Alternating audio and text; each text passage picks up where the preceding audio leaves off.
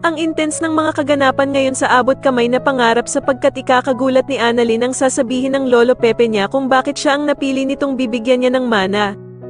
Dito nga ay kakausapin ni Don Pepe si Annalyn ng masinsinan at sasabihin niya ngang siya ang bibigyan niya ng majority share ng ipapamana niya. Samantala ay mapapapayag naman ni Justin ang ama niyang si Eric, dahil sa Pasko naman nga daw kaya naman ay meron siyang ibibigay kay Giselle, na siguradong pag nakita daw ito ay tatamaan siya ng sobra.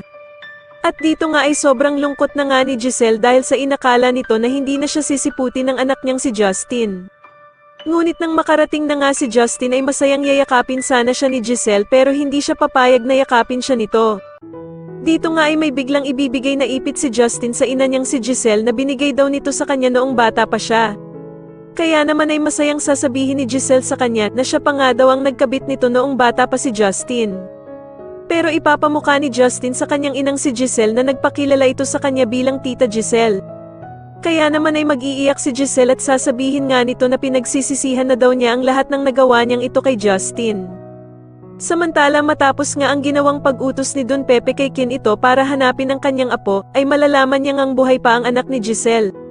Gagawa naman ng paraan si Giselle para makausap ang kanyang anak na si Justin matapos nga nitong malaman na buhay pa pala ito na ang akala niya ay namatay na.